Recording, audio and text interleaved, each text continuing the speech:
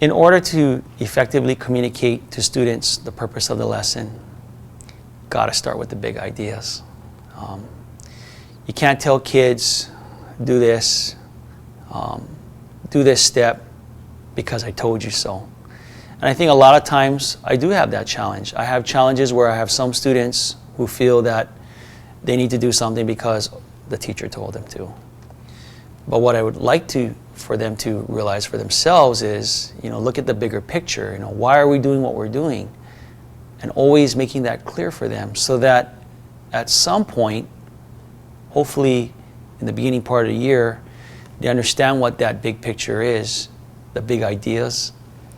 And from there, it makes my job easier. I just do more facilitating and guiding them with essential questions, as opposed to every day just tell them what they need to do without telling them why. And so again, what makes it effective is looking at those big ideas.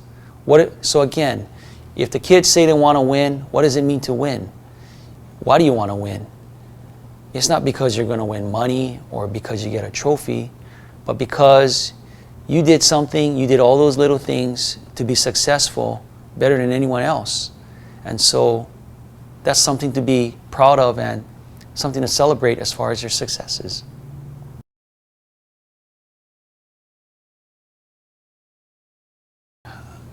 I truly believe that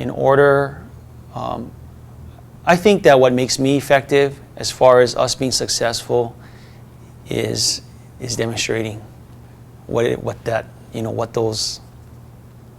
goals are. I mean, what practices I want them to do. What standards I want them to reach. I can't tell my students to do something and I go back to my desk and just sit there. I need to do it myself. And I think my students truly believe that I want it more than anyone else, and that I have high expectations, and that I won't settle for anything less than being successful. And I think because of that drive that I have, I think it maybe somehow rubs off on them. You can't teach kids to be passionate about something if you're not passionate about it yourself. And for me, as a former engineer, as a person that has loved math and science, I think I demonstrate that enthusiasm for kids. And I think because of that, since a lot of them have an interest in it, I think they feel that enthusiasm as well.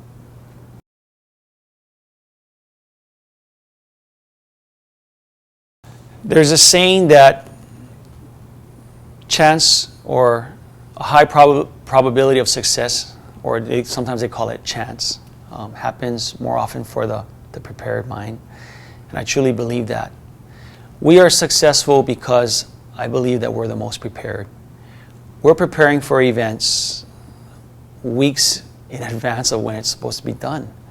I mean, the more prepared you are, it's not that you'll necessarily do better. I think when you do proper planning, where you're better at is when something goes wrong, you can adjust and get back on track. I think that's the most important part about being prepared. If you prepare for a competition right before it happens, well, we all know that it always doesn't go how you plan it. And so what happens when something goes wrong? We're successful in general, I believe, is because we spend a lot more time preparing way in advance. And so when things go wrong, we're able to right the ship and get back on track. What is in the classroom that you've got to set up on a daily, or maybe prior to this lesson, as far as the robots or the classroom, or is it already set, pre-planned? So part of preparation I believe, is organization. And if you, in a typical classroom setting, and we have areas where kids can build, we have areas for lecture, we have areas where we have machines in the shops and the kids work on those things. In every area that you go to in our shop, it's organized. Kids know exactly where all the materials are. They understand where all the materials need to be at the end of class. And it becomes a shared responsibility, not just for myself and the staff of our school, but for our kids. Our kids are responsible for the organization of our program. And so when you make them responsible for that equipment and the materials, they're going to take better care of it. When they need something, they know where it is.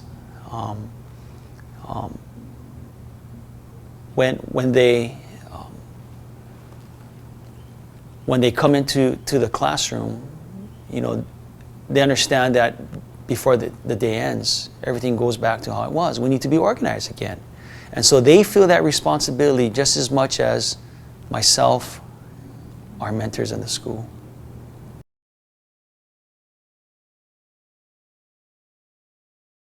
Well, you can't be successful if you don't have some kind of behavior plan, or if kids aren't on task and focus on that learning. It can get pretty intense whenever kids are asked to build and be self-directed in that respect. You need to be organized, and you got to have a behavior plan. I think our program has gotten to the point where we don't worry too much about behavior. The kids that aren't interested in the program or don't feel like doing any work, it's amazing how they kind of weed themselves out of the program. I've never had a situation where I had to force a kid out of the program and he didn't want to be out of the program because of poor behavior or lack of effort.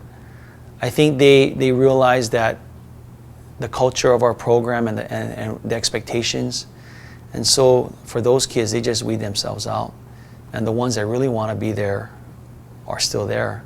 And so I would say 99% of the time it's pretty intense. The kids are focused, and there's very little downtime. Our classes are 90 minutes long, and you have kids that will tell you 90 minutes is just too long for for some set of classes that they have. And for some, they say 90 minutes is just too short. We're one of those classes where 90 minutes is just too short.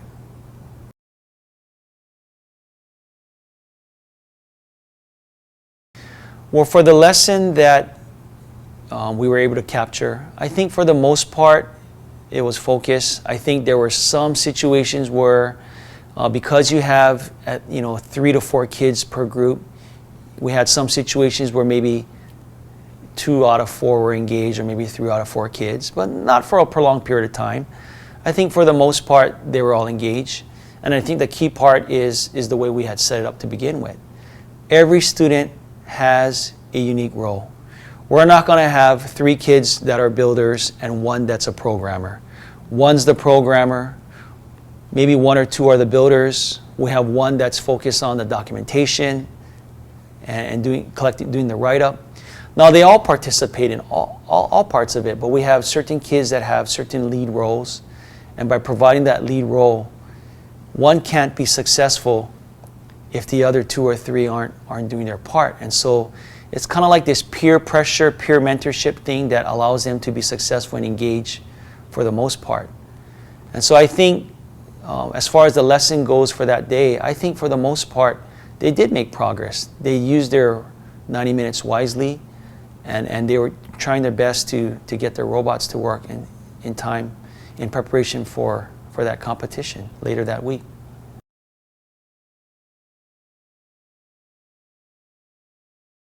It always goes back to what happened at the competition. And so if they didn't spend enough time on the programming and certain parts of the program failed, it shows at a competition.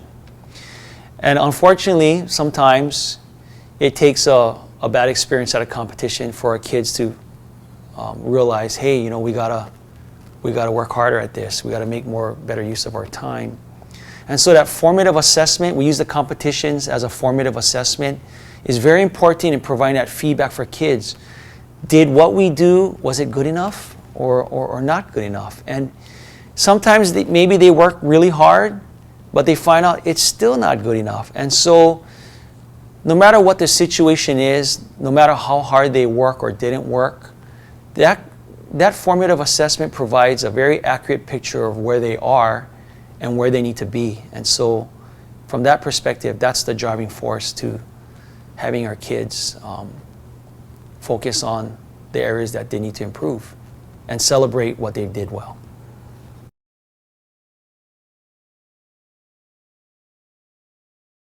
We've done this for several years. I have many groups of students. I think the one thing I did learn is that you cannot be rigid as far as the number of kids per group, because every individual is different.